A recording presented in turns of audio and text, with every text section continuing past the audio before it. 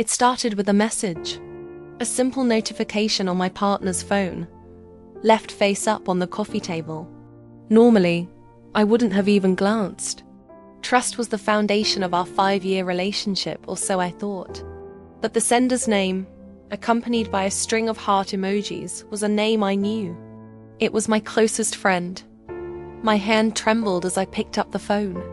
A voice inside screamed at me to put it down, to walk away, to pretend I saw nothing. But a stronger, colder feeling had already taken root. I had to know. One tap was all it took for my world to shatter. It wasn't just a friendly chat. It was months, maybe longer, of secret messages, clandestine meetings, and declarations of love. They talked about me. They laughed about my naivety. Every "I love you" he had said to me felt like a lie. Every shared secret a betrayal. The person I planned my future with, and the person I confided in, were plotting a future without me, right under my nose. I felt a physical pain, a hollowness in my chest so profound I could barely breathe. I placed the phone back down, exactly as I found it, and walked out of the apartment we shared, leaving the life I knew behind without a single word. The silence was my immediate refuge, but it didn't last long. When he realized I was gone for good, his confusion turned to rage. He couldn't accept that I had left him. In his mind, he hadn't done anything wrong. Or perhaps he just didn't expect to get caught. The calls and texts were relentless at first, a barrage of feigned concern, and then angry accusations. When I refused to engage, his strategy shifted. He decided that if he couldn't have me, he would destroy me. The smear campaign began subtly. A whisper here, a suggestive comment there, planted among our mutual friends. He painted me as unstable, as the one who was unfaithful. He twisted our shared memories into weapons against me. He told people I was jealous and controlling, that I had driven him away with my insecurities. He was a master manipulator, weaving a narrative so convincing that even people who had known me for years started to look at me with doubt in their eyes. Then he took it to the next level. Social media. He posted vague, melancholic statuses about being heartbroken and betrayed, letting his followers fill in the blanks with the lies he had already seeded. He shared old photos of us, cropped to make it look like I was with someone else, or posted cryptic quotes about loyalty and deceit. Each post was a carefully crafted dagger aimed at my reputation. My so-called best friend, his partner in this deception, played the part of the sympathetic third party, liking his posts and leaving comments of support. The two of them were a united front, and I was their common enemy. For weeks, I was trapped in a digital prison of his making. My phone became a source of anxiety.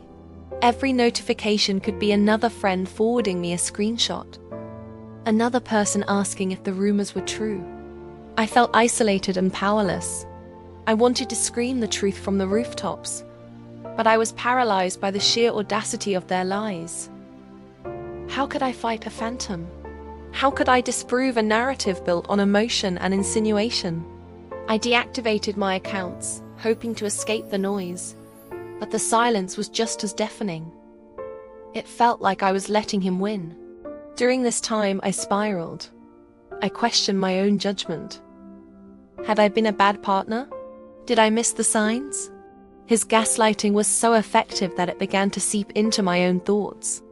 I stopped going out. I avoided friends. I was drowning in the shame and humiliation he had manufactured for me. It was one of the darkest periods of my life. I realized he wasn't just trying to hurt me. He was trying to erase me, to replace the real me with a monstrous caricature he had created. The turning point came one evening, after a particularly nasty rumor reached my family. Hearing the concern and confusion in my mother's voice was the final straw. I had let his lies define me for too long. I had been hiding, ashamed of a betrayal that was not my fault. His goal was to silence me, to make me so small that my truth would never see the light of day. In that moment, something inside me snapped. It wasn't anger anymore. It was a cold, clear resolve. I would not be a victim in his story. I would be the hero of my own. I knew that fighting fire with fire, engaging in the same mudslinging, would only drag me down to his level. The truth was my only weapon, and I had to wield it with precision and integrity. I reactivated my social media accounts, not with a roar, but with a quiet strength I didn't know I possessed. I didn't want to be dramatic or vengeful. I just wanted to be honest. My first step was to write. I wrote everything down, not for the public, but for myself. I detailed the discovery, the messages, the pain. It was a way of reclaiming my own story, of separating the facts from the fiction he had spun. This process was cathartic. It organized the chaos in my head and solidified my resolve. I wasn't crazy. I wasn't imagining things. I was a person who had been deeply wronged. Then I decided to speak my truth, but on my own terms. I didn't post angry rants or expose their private messages. That would have been his game. Instead, I started sharing my journey of healing. I wrote about the pain of betrayal in a general sense, about the importance of self-worth, and the process of rebuilding your life after it falls apart. I talked about the reality of gaslighting and emotional manipulation, educating others while processing my own experience. I didn't name names. I didn't have to. The truth has a way of resonating. My posts weren't about him. They were about me. They were about resilience. I shared photos of me rediscovering my hobbies, spending time with family and the few loyal friends who had stood by me, and finding joy in small things again. I was showing, not telling, that my life was moving on, that I was not broken, and that my happiness was not dependent on him or anyone else. My narrative was one of empowerment, not victimhood. The response was overwhelming. People who had been silent started reaching out. Friends who had been swayed by his lies apologized, saying they saw the situation more clearly now. Strangers sent me messages of support, sharing their own stories of betrayal and recovery. I had inadvertently created a community of people who understood. The tide began to turn. His vague, dramatic posts started to look petty and childish in comparison to the genuine, constructive journey I was sharing. The more I focused on my own growth and positivity, the more his negativity lost its power. He couldn't stand it. My resilience was a direct refutation of his narrative. He tried to escalate, posting more direct and hateful things, but it backfired. People saw it for what it was, the desperate lashing out of a guilty person. His lies started to unravel. The friends he had manipulated started to distance themselves.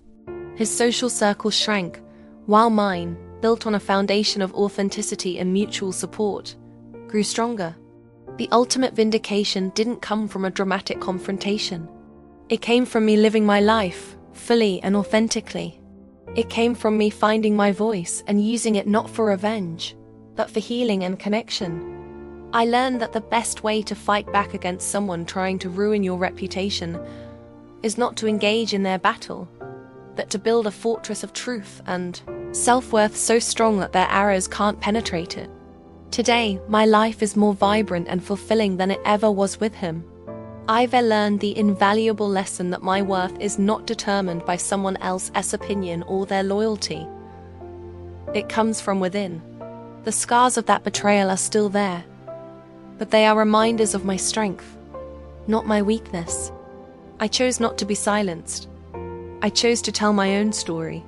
And in doing so, I took back my power, my reputation, and my life. If you're going through something similar, know this. Your truth is your greatest power. Hold on to it, and don't let anyone ever take it away from you. Thank you for listening. Please subscribe for more stories about overcoming life's challenges.